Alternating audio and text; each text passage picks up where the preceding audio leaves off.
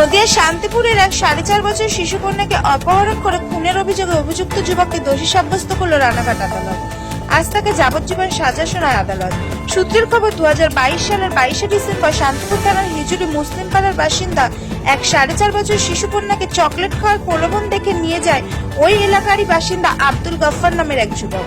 পরে নাবালিকার বাবা শান্তিপুর থানায় নাবালিকার অপহরণের অভিযোগ দায়ের করলে ঘটনার তদন্ত শুরু করে অভিযুক্ত যুবককে গ্রেফতার করে শান্তিপুর থানার পুলিশ। পরে পুলিশের জিজ্ঞাসাবাদে ওই যুবক স্বীকার করে ওই শিশুকে খুন করেছে সে। পরবর্তীতে ওই শিশুর মৃতদেহ উদ্ধার করে এক বাগানের ভিতর থেকে। আর সেই মামলাতে দীর্ঘ প্রায় 2.5 বছরের মাথায় অভিযুক্ত যুবককে শিশু খুনের অভিযোগে দোষী সাব্যস্ত করল রানাঘাট আদালত। আজ তাকে যাবজ্জীবন সাজা শোনালেন এডিজি রানাঘাট আদালত। আদালতের রায়ে ও পুলিশের ভূমিকায় খুশি মিতার পরিবার। এই বিষয়ে কে কি বলছে অতিরিক্ত পুলিশ সুপার ও সরকার পক্ষের আইনজীবী শুনে নিন। Bureau report, HR news 24।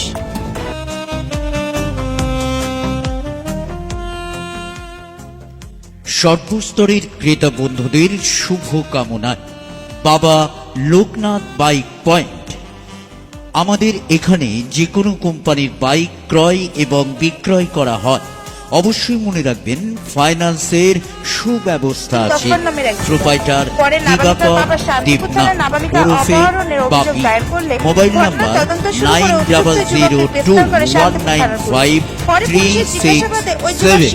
আমাদের ঠিকানা 12 নম্বর জাতীয় সড়ক, শান্তিপুর বাইপাস, পাওয়ার হাউসের নিকট, শান্তিপুর, নদিয়া। শিশু খুনের অভিযোগে দোষী সাব্যস্ত করল রানাঘাট আদালত। আজ তাকে যাবজ্জীবন সাজা শোনালেন এডিজি রানাঘাট আদালত। আদালতের রায়ে ও পুলিশের ভূমিকায় খুশি মিতার পরিবার। এই বিষয়ে কে কি বলছে অতিরিক্ত পুলিশ সুপার ও সরকার পক্ষের আইনজীবী শুনে নিন। Bureau report, HR news 24।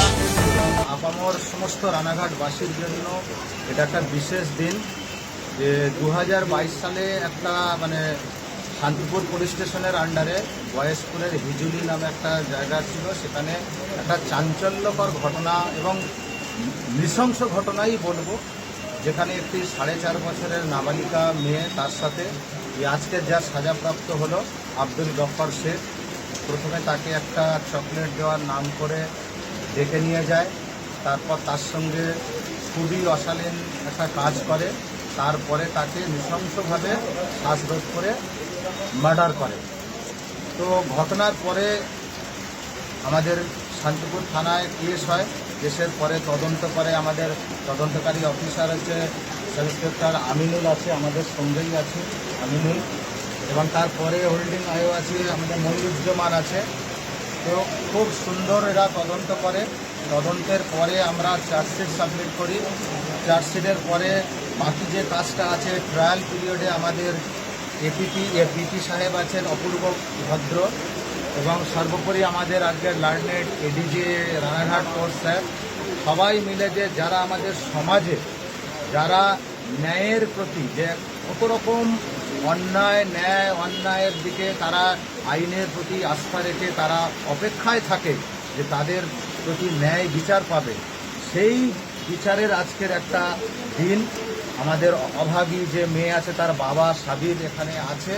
তো তার মৃত মেয়ের আত্মা কিছুটা হলেও আজকের শান্তি পাবে।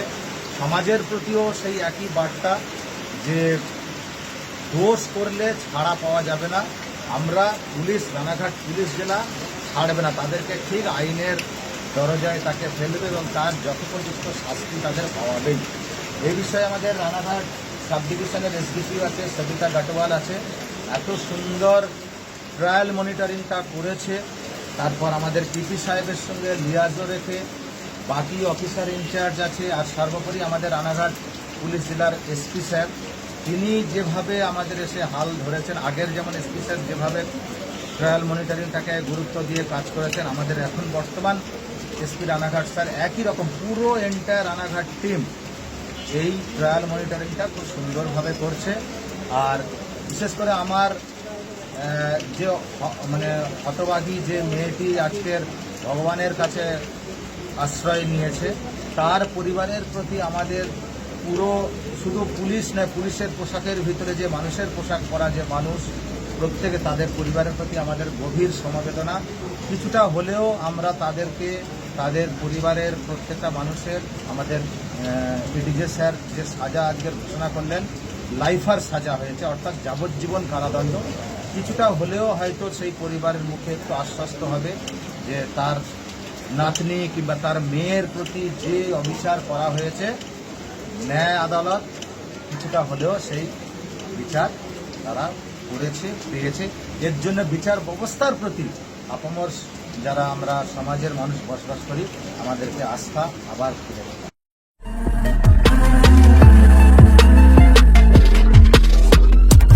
নমস্কার, আপনারা দেখছেন HR নিউজ 24, সত্যের লক্ষ্যে মানুষের পাশে।